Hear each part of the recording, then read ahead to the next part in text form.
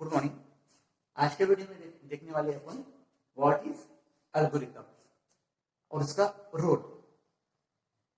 आपको as a programmer आपको code लिखना है, बहुत सारे टास्क के लिए या एक टास्क के लिए पर्टिकुलर कोई भी कोडिंग करनी है, मीन्स प्रोग्रामिंग करनी है। तो जो फर्स्ट स्टेप आती है इसको बोलते हैं अपन एल्गोरिथम। तो ये एल्गोरिथम होता क्या है? एल्गोरिथम एक सिंपल वे है अपने को टास्क को समझने के लिए। टास्क को समझ लेना है, बाद में आपको कोडिंग लिखने में आसानी हो जाएगा। तो what is algorithm? It is the finite step by step list of well defined instruction for solving a particular problem. कोई भी टास्क हो, इसके लिए आप उसको समझना है आपको, तो आपको क्या लिखना पड़ता है? एल्गोरिथम लिखना पड़ता है। ठीक है, तो एल्गोरिथम कैसा होना चाहिए? इट इज फाइनाइट होना चाहिए। मींस कोई भी टास्क, मान लो कि मुझे रूट ऑफ क्वाड्रेटिक इक्वेशन के लिए एल्गोरिथम लिखना है, तो इसके लिए नंबर ऑफ स्टेप जो भी लिखोगे इट मस्ट बी फाइनाइट, यानी वो 5 स्टेप में, 6 स्टेप में, 7 स्टेप में फिनिश होना चाहिए। सेकंड थिंग, जो भी आप लिखोगे आपको जनरल इंग्लिश लैंग्वेज में लिखना है, यानी प्रोग्रामिंग के वर्ड उस राइटिंग द एल्गोरिथम या एल्गोरिथम लिखते वक्त आना नहीं चाहिए, ताकि सभी को समझे, सभी यूजर को समझे, सभी बच्चों को इस समझ में आ जाएगा। तो what is algorithm? Algorithm is the finite step by step well defined instruction of a particular task. तो एल्गोरिथम लिखते वक्त आपको अलग अलग कंट्रोल स्ट्रक्चर आएंगे। तो बेसिकली कंट्रोल स्ट्रक्चर 3 इसमें डिवाइड है। पहला है सीक्वेंशियल फ्लो, सेकंड है कंडीशन फ्लो, थर्ड है रिपीटेशन फ्लो। अभी इसको एक एक करके देखते हैं। What is the sequential flow? First, sequential flow. Sequential flow means, मान लो मुझे एल्गोरिथम लिखना है, उसमें 5 स्टेप्स है, module A, module B, module C, ऐसे 5 मॉड्यूल है। तो और मॉड्यूल ए के बाद मॉड्यूल बी रन हो रहा है, मॉड्यूल बी के बाद सी होना है, सी के बाद डी होना है। इसको बोलते हैं सीक्वेंशियल फ्लो। इसको डायग्राम करके देखते हैं। तो module A, module B, module C, यानी 1 बाय 1 क्या हो रहा है? एग्जीक्यूट हो रहा है। इसमें कोई जंप नहीं, कोई लूप नहीं। इसको बोलते हैं आप सीक्वेंशियल फ्लो। ठीक है, ऐसा फ्लो, ऐसा इंस्ट्रक्शन, इसमें पूरी इंस्ट्रक्शन 1 बाय 1 रन हो रही है।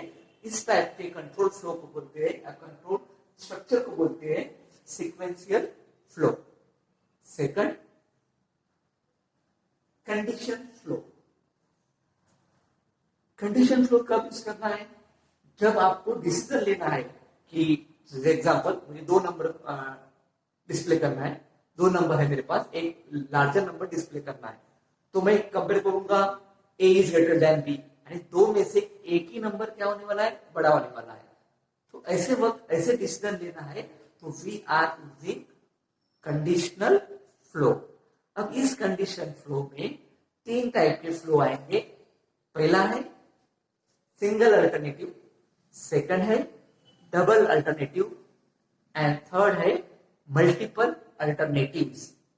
तो सिंगल फ्लो क्या होता है और उसको कैसे लिखते हैं, एक देखते हैं।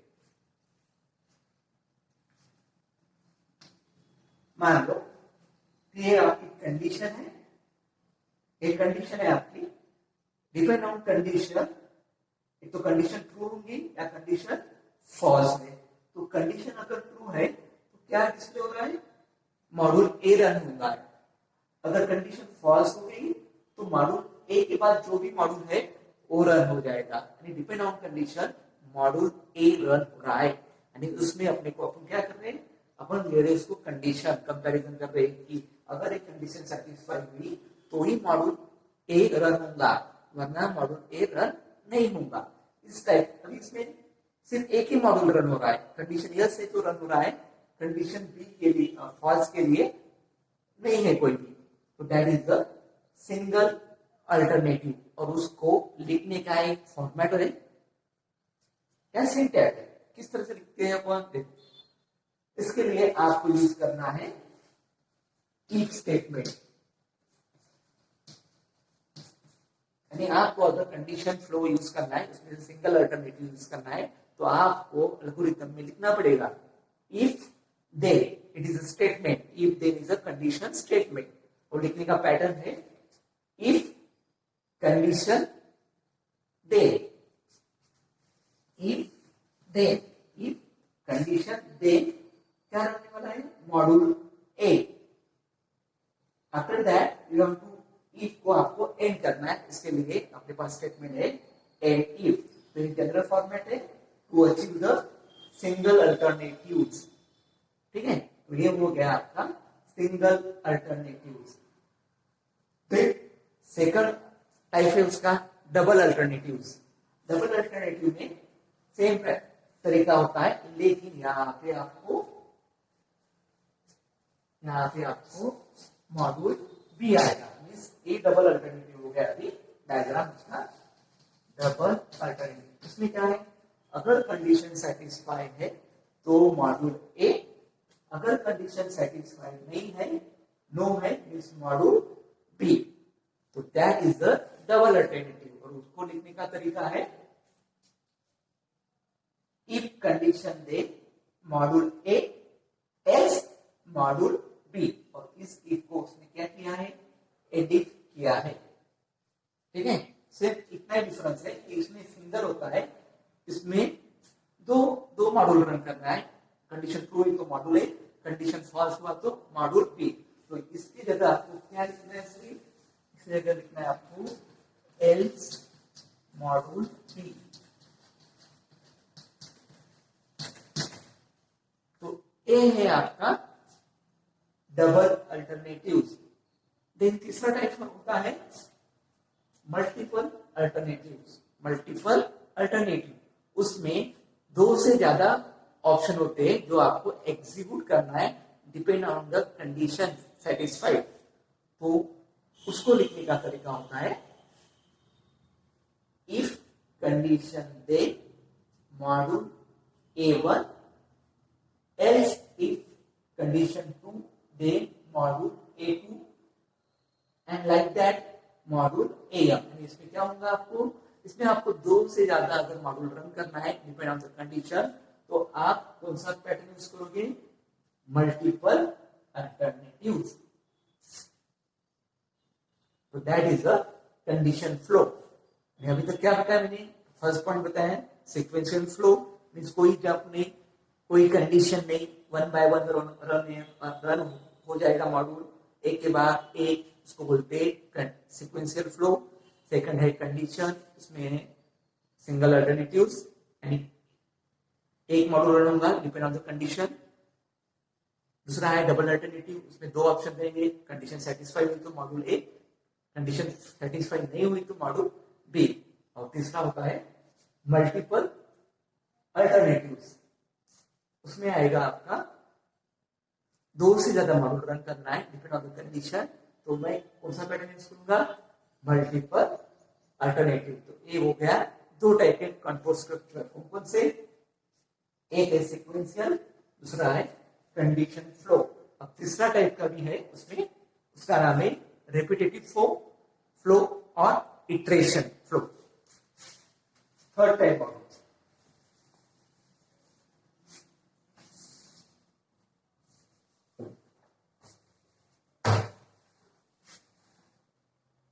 थर्ड टाइप का नाम है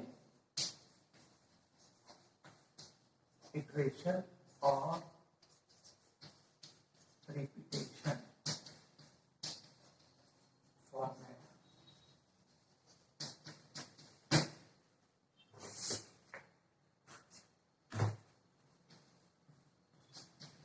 और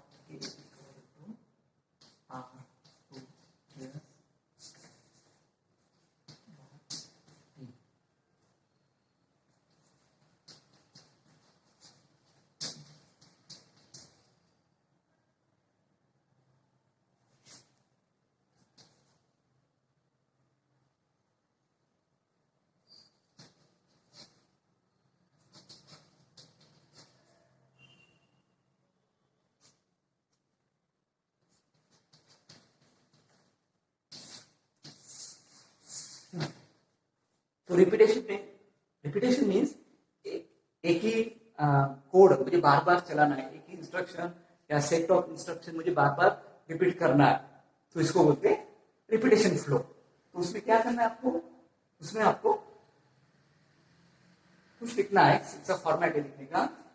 you have to write for, for is keyword, for लिखना है, बाद में k equal to r 2 years, ये आपकी k equal to r, k is a variable, उसमें r इज आल्सो वेरिएबल, ये आपकी है इनिशियल वैल्यू, इनिशियल वैल्यू, और ये आपकी है फाइनल वैल्यू, फाइनल वैल्यू, ठीक है।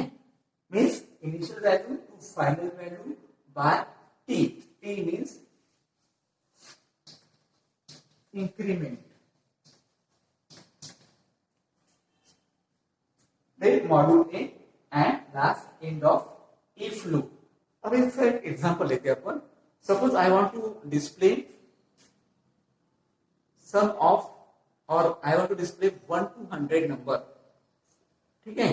तो उसमें क्या हो रहा है, 1 से 100 नंबर मुझे डिस्प्ले करना है, यानी मैं एक ही टास्क को कितनी बार कर रहा हूँ, 100 टाइम कर रहा हूँ। तो without writing so many lines, ये जो टास्क है वो अपन एक लाइन में भी कंप्लीट कर सकते हैं by using the repetition flow. और लिखने का तरीका है फॉर लूप। कैसे लिखोगे इसको, for k equal to 1 to 100,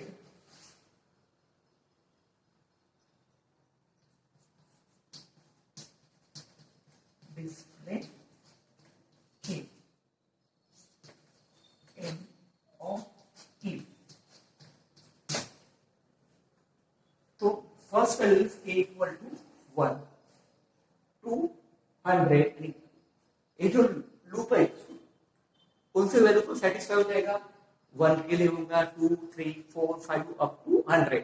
जब भी वैल्यू 101 हो जाएगी, यहां से अपन एग्जिट हो जाएंगे, एग्जिट कब होंगे, जब वैल्यू 101 हो जाएगी तब अपन एग्जिट हो जाएंगे। तो ये है आपका फॉर स्टेटमेंट। कब यूज करना है, रिपीटेशन का टास्क के लिए आपको फॉर स्टेटमेंट यूज करना है, ओके।